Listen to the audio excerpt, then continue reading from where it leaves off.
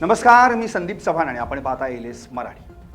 अजित पवार राष्ट्रवादी काँग्रेस पक्षातील दोन महिला नेत्या रुपाली चाकणकर आणि रुपाली ठोंबरे पाटील यांच्यातील वाद सर्वश्रुत आहे। काही महिन्यांपूर्वीच साताऱ्यातील फलटण येथील महिला डॉक्टर आत्महत्या प्रकरणात या दोघांमधील वाद चिघळलेला पाहायला मिळाला होता। चाकणकरांवर पीडित महिलेचं चारित्र्यहनन केल्याचा आरोप ठोंबरेंनी केला होता। या प्रकरणानंतर रुपाली ठोंबरेंवर कारवाई देखील करण्यात आली होती। या दोन महिला नेत्यांमधील वादाची ठिणगी त्यानंतर आणखी भडकतच गेली।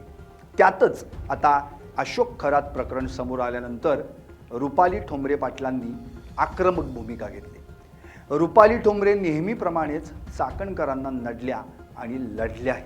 नाशिकमधील भोंदूबाबा अशोक खरात याच्या अटकेनंतर रुपाली चाकणकरांसह अनेक राजकीय नेत्यांसोबतचे त्यांचे फोटो आणि व्हिडिओ सोशल मीडियावर व्हायरल झाले।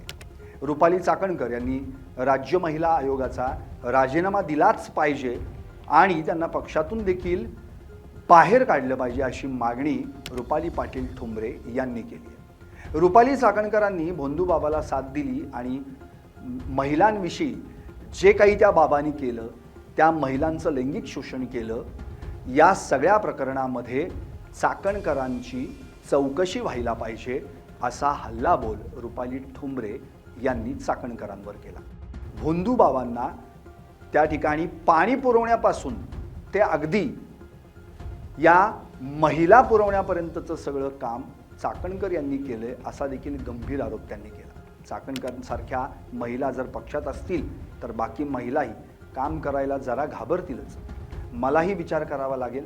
विखे पाटील, एकनाथ शिंदे यांच्यासोबतचे भोंदूबाबासोबतचे फोटो पाहिले तर ते काही पाय धुवायला गेले नाहीत। संपदा मुंडे प्रकरणात रुपाली चाकणकर यांचा राजीनामा अजित पवारांनी मागवला होता, मात्र त्यावेळी सुनील तटकरे यांनी तो राजीनामा घेऊ दिला नाही। रुपाली चाकणकरांना कोण पाठीशी घालतंय हे येत्या काही दिवसातच समोर येईल असंही रुपाली ठोंबरेंनी म्हटलं। राष्ट्रवादी काँग्रेसच्या नेत्या रुपाली ठोंबरे पाटील यांनी राज्य महिला आयोगाच्या अध्यक्षा रुपाली चाकणकर यांच्यावर अत्यंत आक्रमक शब्दात टीका केली। रुपाली चाकणकर यांना सहआरोपी करण्याची मागणीही त्यांनी केली आहे। नाशिकच्या अशोक खरात प्रकरणाशी रुपाली चाकणकर यांचे जवळचे संबंध असल्याचा आरोप ठोंबरे यांनी केला आहे। खरातच्या संस्थेवर त्या सदस्य आहेत आणि या गुन्ह्यात त्यांचा सक्रिय सहभाग असल्यानं त्यांना या प्रकरणात सहआरोपी करावं अशी मागणी त्यांनी केली।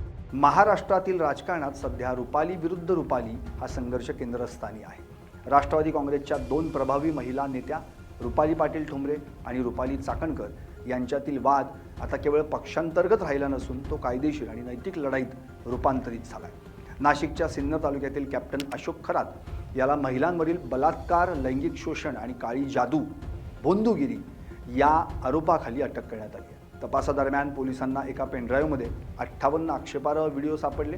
या प्रकरणामुळे संपूर्ण राज्य हादरले। रुपाली ठोंबरे यांनी असा खळबळजनक आरोप केला आहे की चाकणकर यांचे खराशी निकटचे संबंध आहेत। सोशल मीडियावर काही फोटो आणि व्हिडिओ व्हायरल होत आहेत ज्यामध्ये चाकणकर या खरातचे पाय धुताना, त्याला ओवाळताना आणि चक्क त्याच्या डोक्यावर छत्री धरून उभ्या असलेल्या दिसल्या आहेत। या फोटोंमुळे ठोंबरे यांना चाकणकरांवर हल्ला करण्याची मोठी संधी मिळाली। रुपाली ठोंबरे यांनी पत्रकार परिषद घेऊन चाकणकर यांच्यावर गंभीर आरोप केले। महिलांच्या हक्कांचं संरक्षण करणाऱ्या आयोगाच्या अध्यक्षा जर एका बलात्कारी बाबाच्या समोर नतमस्तक होत असतील तर त्यांना अटक करावी। चाकणकर या खरातच्या ट्रस्टमध्ये विश्वस्त होत्या असा दावा करत ठोंबरे यांनी याबाबत भीती देखील व्यक्त केली आहे। पदावर राहिल्या असत्या तर त्या तपासात अडथळा आणून पुरावे नष्ट करू शकतात। चाकणकर यांनी खरातला वर्षभरापासून अभय दिलं, त्यामुळे त्यांना या प्रकरणात सहआरोपी म्हणून अटक करावी अशी मागणी ठोंबरे यांनी लावून धरली। राजकीय दबाव जो काही वाढता आणि मुख्यमंत्र्यांकडून मिळालेल्या सूचनेनंतर रुपाली चाकणकर यांनी अखेर शुक्रवारी आपल्या पदाचा राजीनामा उपमुख्यमंत्री सुनेत्रा पवार यांच्याकडे सुपूर्द केला। त्यांनी खरातवरील आरोप गंभीर असल्याचं मान्य केलं आणि त्याच्यावर कठोर कारवाईची मागणीही केली। तथापि त्यांनी स्वतःवरील आरोपांना राजकीय षडयंत्र म्हटलंय। वैयक्तिक आयुष्यात आपण कुणासोबत आहोत याचा अर्थ असा नाही की त्यांच्या भविष्यातील कृत्यांची आपल्याला कल्पना असते, असं स्पष्टीकरण त्यांनी दिलं। त्यांनी विरोधकांवर खोटं नरेटिव्ह पसरवण्याचा आरोप करत कायदेशीर लढाई लढण्याचे संकेत देखील दिले। एकाच पक्षातील दोन महिला नेत्यांमधील या संघर्षामुळे अजित पवार राष्ट्रवादी काँग्रेस या पक्षाची प्रतिमा मलिन होत असल्याची चर्चा आता राजकीय वर्तुळात रंगली लागली आहे। यापूर्वी नोव्हेंबर 2025 पक्षानं रुपाली ठोंबरे यांना शिस्तभंगाची नोटीस बजावली होती. मात्र ठोंबरे यांनी आपली टीका थांबवली नाही. महाराष्ट्राच्या राजकारणातील हा रुपाली विरुद्ध रुपाली सामना आगामी काळात अधिक तीव्र होण्याची शक्यता नाकारता येत नाही.